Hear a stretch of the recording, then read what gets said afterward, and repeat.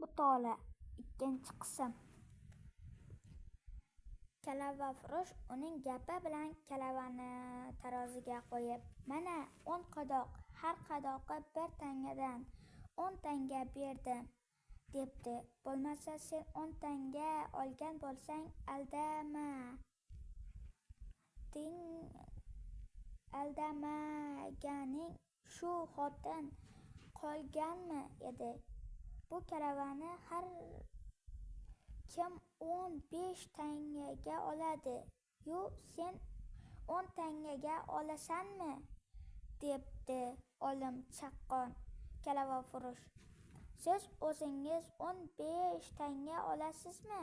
debdi. "Ha, olaman", debdi. "Oling bo'lmasa", debdi kalavafurush. Kalavafurushning qo'lidan olim chaqqon kalavani olib, "Mana 10 tanga, 5 tangasini mening uyimdan olasiz.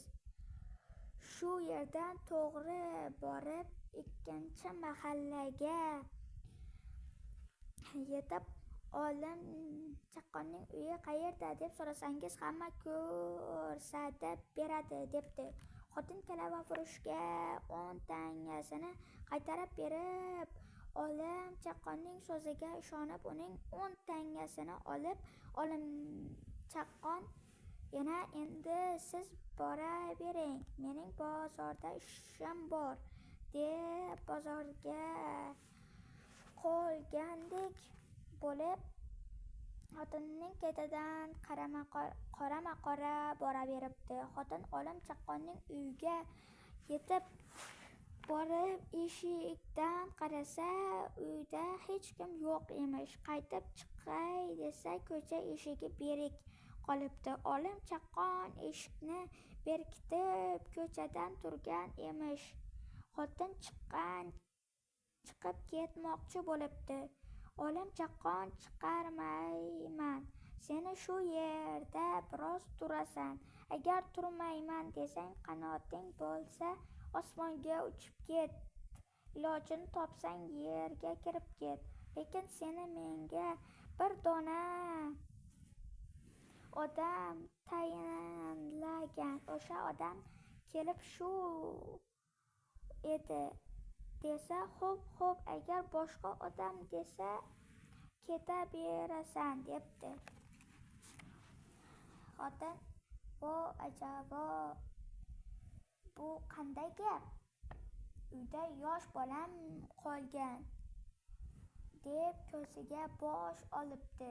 Xotin Qosim jallod o'g'rini darga tortib qaytib kelib, olim chaqqondan "Nima qilding?" deb so'rabdi.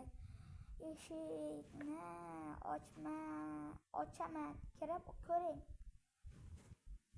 deb javob beribdi. Olim chaqqon, "Qani ochgin ko'ray", debdi jallod. Olim chaqqon eshikni ochibdi. Jallod eshikdan kirib, o'zi tayinlagan xotin ekanini ko'rib, olim chaqqonga "Seni bir kun xursand qilarman", debdi-da, xotinga qarab, "Ey yanga, cho'ntagim to'la tanga. Bu kecha men bilan gaplashsang, 10 ming tanga senga", debdi. Xotin, "10 ming tanga ekan, 100 ming tanga bersang ham sen bilan gaplashmayman", deb jallod bu so'zni eshitib jahli chiqib, olim chaqqonga "Hayda, buni podshoh oldiga olib boramiz. Bunga podshohning jazosini berdirmasam, Qosim jallod otimni boshqa qo'yaman", debdi.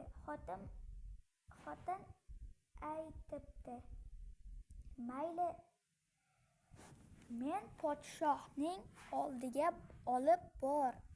Nima jazoga tortsa tortsin". Qosim jallod bilan olim chaqqon xotinni podshohning oldiga olib borishibdi. Podshoh "Qosimboy, nima gap so'z topib keldingiz?" deb so'rabdi. Qosim jallod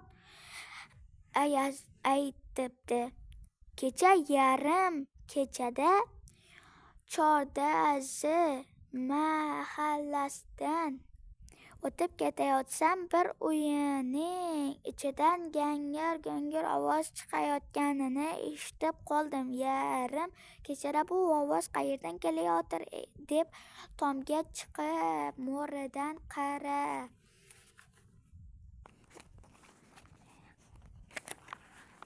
qarasam,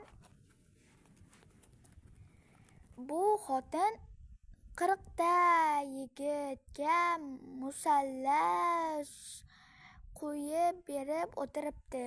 "Hap senimi, senga ko'rsatib qo'ymasam" deb tomdan tushib eshikdan kiray desam, hovlisining orqa tomoni bog' ekan. Bu xotin 40 yigitni bog' tarafdan qochirib eshikni ochdi. "Menga nima ko'rding?" dedi. Men "Bu yerda o'tirgan yigitlar qani?" deb so'radim. U "Qo'ling bilan tutgan-da, nima qilsang qilaver" deb menga do'q qildi. "Shuning uchun sizning oldingizga keltirdim. Shunday jazo berishingizni so'rayman" debdi. "Ey ayol, yosh ekansan. Mening zamonimda bunday ish uchun o'limga buyurishni bila turib, shu ishni qilishga qo'rqmadingmi?" debdi. Xotin "Ey podshohi olam, sultoni Bakoram, men ham arzimni aytib eshiting" deb yolvoribdi. Podshoh "Ayt" debdi. Xotin eri sayohatga chiqib ketgani, unga 2,5 yil o'tgani, bir kun bolasini allalab uxlab qolgani, tush ko'rgani va boshidan kechirgan butun voqealarni podshohga so'zlab beribdi.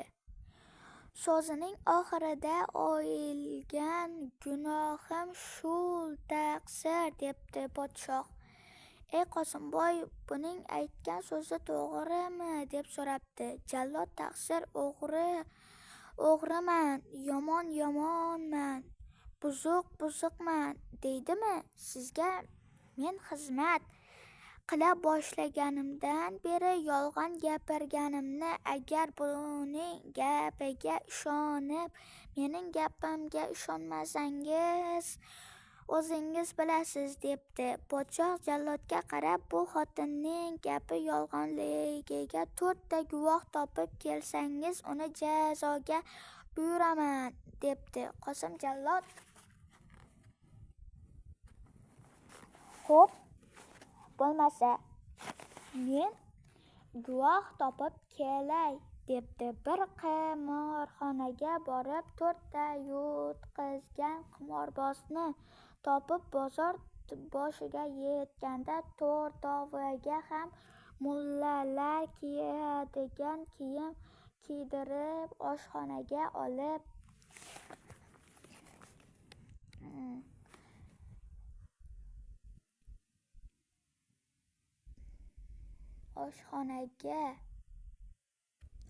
kirib, qornini to'yg'azibdi, gap o'rgatibdi. Podshoning oldiga olib borib, podshoh "Qosimboy, bularni nimaga olib kelding?" debdi. Qosim jallod "Siz guvoh olib kel deganingiz uchun guvohlikka olib keldim" debdi. Podshoh kelganlar qarab, "Sizlar Qosimboyga guvohmisizlar?" debdi. Qimorbozlar "Ha, guvohmiz" deyishibdi. Podshoh ularga qarab, "Men buzoq emasman" deydi. "Qosimboy gapi to'g'rimi yo xotinning gapi to'g'rimi?" dedi. Qimorboz "Ey podshoh, sizga tasadduq bo'laylik. Qosimboyning gapi to'g'ri". Ikkinchi qism tugadi.